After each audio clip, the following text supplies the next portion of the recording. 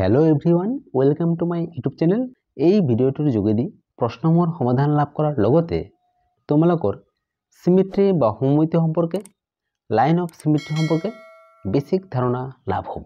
সিমেট্ৰি বা সমমিতি, line of সিমেট্ৰি বা সমমিতি অক্ষ আদিৰ বিষয়ে মই অলৰেডি এটা ভিডিও তৈয়াৰ কৰিছো।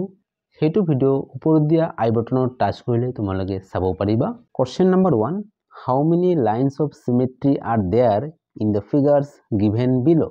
ইয়াৰ অৰ্থ কিমানটা লাইন অফ সিমেট্ৰি বা সমমিত অক্ষ আছে তলত দিয়া চিত্ৰসমূহত। অৰ্থাৎ তলত যিবোৰ চিত্ৰ আছে সেইবোৰ চিত্ৰত লাইন অফ সিমেট্ৰি বা সমমিতি অক্ষ কিমানটা আছে সেই সংখ্যাটো আমাক উলিয়াব লাগে। লাইন অফ সিমেট্ৰি কি হয়? যিটো লাইনে চিত্ৰটোক দুটা সমান ভাগত ভাগ কৰে। অৰ্থাৎ যিটো লাইনত আমি চিত্ৰটো ভাগ কৰি দিলে এটা আনটোৰ লগত সম্পূৰ্ণৰূপে মিলি যায়, সেই লাইনটো হৈছে লাইন অফ সিমেট্ৰি। আৰু মই অলৰেডি কৈছোৱে সেই সম্পৰ্কে অলৰেডি এটা ভিডিও তৈয়াৰ কৰিছো, তাতে বিস্তাৰিতভাৱে বুজাই দিয়া হৈছে, সেইটো তোমালোকে চাই ল'বা। প্ৰথম যেটো চিত্ৰ এটো এটা ব্লেড। ইয়াতে লাইন অফ সিমেট্ৰি কিমানটা আছে? ইয়াতে লাইন অফ সিমেট্ৰি দুটা আছে। এটা লাইন অফ সিমেট্ৰি এনেকে যাব, আনটো লাইন অফ সিমেট্ৰি এনেকে হ'ব। অৰ্থাৎ ইয়াৰ উত্তৰ হ'ব 2।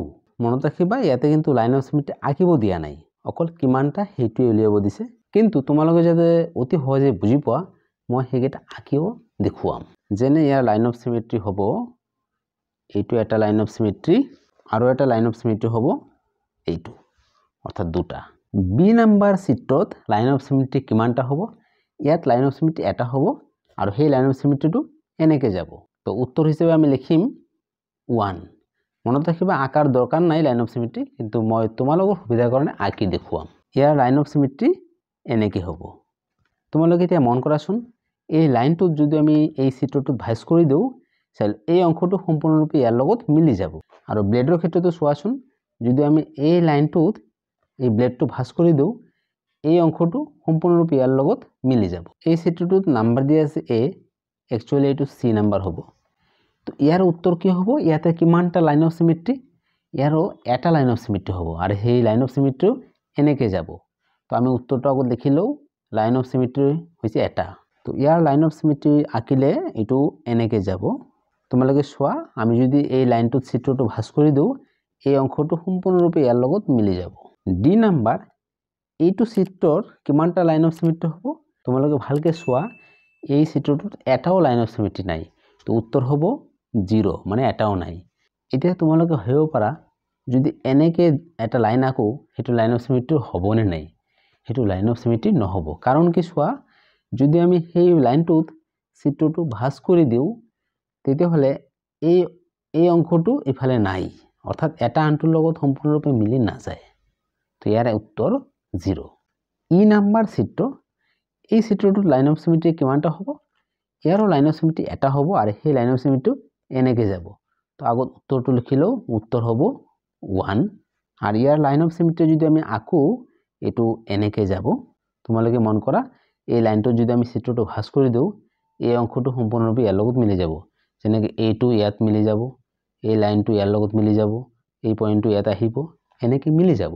আকৌ কৈছো যে এনেকে লাইন অফ সিমেট্ৰি কিন্তু ইয়াতে আঁকিব দিয়া নাই, ইয়াতে খালি ওলাব দিছে যে কিমানটা লাইন অফ সিমেট্ৰি হ'ব।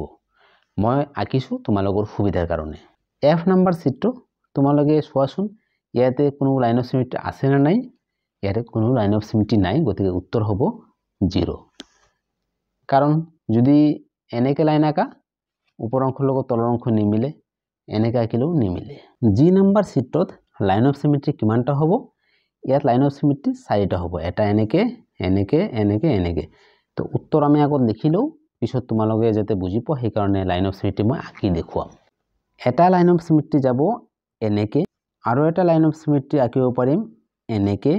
3 নম্বৰ লাইন অফ সিমেট্ৰি আঁকিব পাৰিম এনেকে, এটা ডায়াগোনাল বা কৰ্ণ হয়। 4 নম্বৰ লাইন অফ সিমেট্ৰি আৰু এটা যেটো ডায়াগোনাল হেতু হ'ব। এতিয়া তোমালোকে চোৱা 1 2 3 4ডাল লাইন অফ সিমেট্ৰি আছে। এইচ নাম্বাৰ চিত্ৰত লাইন অফ সিমেট্ৰি কিমানটা হ'ব? এটা হ'ব আৰু সেই লাইন অফ সিমেট্ৰি এনেকে যাব। তো উত্তৰটো আমি আগত লিখিলো, ইয়াৰ উত্তৰ হ'ব 1।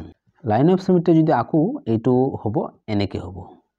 তো তোমালোকে চোৱা এই লাইনটো যদি আমি চিত্ৰটো ভাঁজ কৰি দিওঁ এইটো অংশ ইয়াৰ লগত মিলিব এইটো ইয়াৰ লগত মিলিব এই অংশটো ইয়াৰ লগত মিলিব অৰ্থাৎ এই অংশটো সম্পূৰ্ণৰূপে ইয়াৰ লগত মিলি যাব আই নাম্বাৰ যেটো ফিগাৰ তাতে লাইন অফ সিমেট্ৰি কিমানটা হ'ব ইয়াৰ উত্তৰ এটা হ'ব 1 এটা লাইন অফ সিমেট্ৰি আছে এটো কেনেকৈ যাব এটো ইফালে দি যাব যদি আমি লাইন অফ সিমেট্ৰিটো আকো তেতিয়া হলে এটো এনেকৈ যাব চাই লোৱা তোমালোকে ভালকে মন কৰা যদি আমি এই লাইনটোত চিত্ৰটো ভাঁজ কৰি দিও চাই লোৱা যে এই অংশটো সম্পূৰ্ণৰূপে ইয়াৰ লগত মিলি যাব যে নম্বৰত যেটো চিত্ৰ আছে ইয়াতে কিমানটা লাইন অফ সিমেট্ৰি বা সমমিত অক্ষ আছে তো ইয়াৰ উত্তৰ হ'ব 2 ইয়াতে দুটা লাইন অফ সিমেট্ৰি আছে আর হেতু কোন ফালে দি যাব এটা এনেকৈ যাব আনটো এনেকৈ যাব যদি আমি লাইন অফ সিমেট্ৰি আকো এটা লাইন অফ সিমেট্ৰি হ'ব এইটো আনটো লাইন অফ সিমেট্ৰি হ'ব এইটো তোমালোকে ভালকে চাবা যদি এই অংশটো যিমান বহল এই অংশটো একে বহল হল হেতেন তেতিয়া হলে এইটো আর এইটো এনেকৈ আৰু দুটা লাইন অফ সিমেট্ৰি হল হেতেন কে নম্বৰত যেটো চিত্ৰ আছে তাতে কিমানটা লাইন অফ সিমেট্ৰি হ'ব ইয়াৰো তিনিটা লাইন অফ সিমেট্ৰি হ'ব উত্তৰটো আগত আমি লিখিলো উত্তৰ হ'ব 3 যদি আমি লাইন অফ সিমেট্ৰি বিলাক আকো এটা লাইন অফ সিমেট্ৰি আকিব পাৰিম এনেকৈ আৰু এটা লাইন অফ সিমেট্ৰি হ'ব এইটো আৰু এটা লাইন অফ সিমেট্ৰি হ'ব এনেকৈ যাব এতিয়া তোমালোকে চোৱা যে লাইন অফ সিমেট্ৰি এটা দুটা তিনিটা এল নম্বৰৰ যেটো চিত্ৰ আছে ইয়াতে লাইন অফ সিমেট্ৰি কিমানটা হ'ব ইয়াতেও লাইন অফ সিমেট্ৰি তিনিটা হ'ব এটা এনেকৈ যাব আনটো এনেকৈ তো লাইন অফ সিমেট্ৰিৰ সংখ্যা 3 যদি আমি লাইন অফ সিমেট্ৰি বিলাক আকো তেতিয়া হলে এটা লাইন অফ সিমেট্ৰি হ'ব এনেকৈ আনটো লাইন অফ সিমেট্ৰি আকিব পাৰো এনেকৈ 3 নম্বৰ লাইন অফ সিমেট্ৰি হ'ব এনেকৈ তেতিয়া হলে তোমালোকে চোৱা এইটো এটা লাইন অফ সিমেট্ৰি এইটো আনটোৱে আইটো 3 নম্বৰ অৰ্থাৎ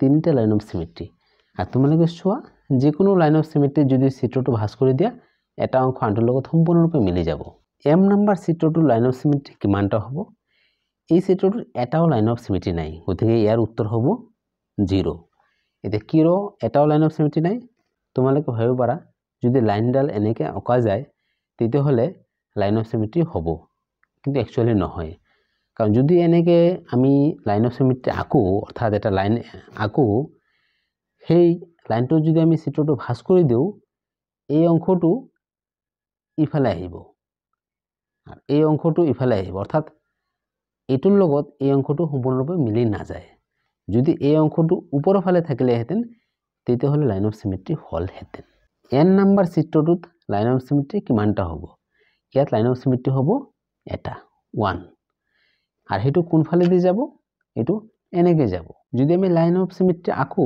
তেতিয়া হলে সেই লাইন অফ সিমেট্ৰিটো হ'ব এনেকুৱা এটা তোমালোকে চোৱা যে এই লাইনটো যদি আমি চিত্ৰটো এনেকৈ ভাঁজ কৰি দিও তোমালোকে চোৱা যদি এই লাইনডালত আমি চিত্ৰটো ভাঁজ কৰি দিও তেতিয়া হলে এটাৰ লগত আনটো সম্পূৰ্ণৰূপে মিলি যাব ভাঁজ কৰিলে কি হ'ব চোৱা এই অংশটো ইয়াৰ লগত মিলি যাব এই অংশটো ইয়াৰ লগত মিলি যাব অৰ্থাৎ এটা অংশ সম্পূৰ্ণৰূপে আনটোৰ ওপৰত কোইনসাইড হ'ব বা মিলি যাব ডিয়াৰ স্টুডেন্টস গণিতবোৰ বুজি পাইছা না নাই কমেন্ট কৰি জনাবা চেনেলটো লাইক কৰিবা সাবস্ক্ৰাইব কৰিবা আৰু ফ্ৰেণ্ডসকলৰ মাজত শ্বেয়াৰ কৰিবা থ্যাংক ইউ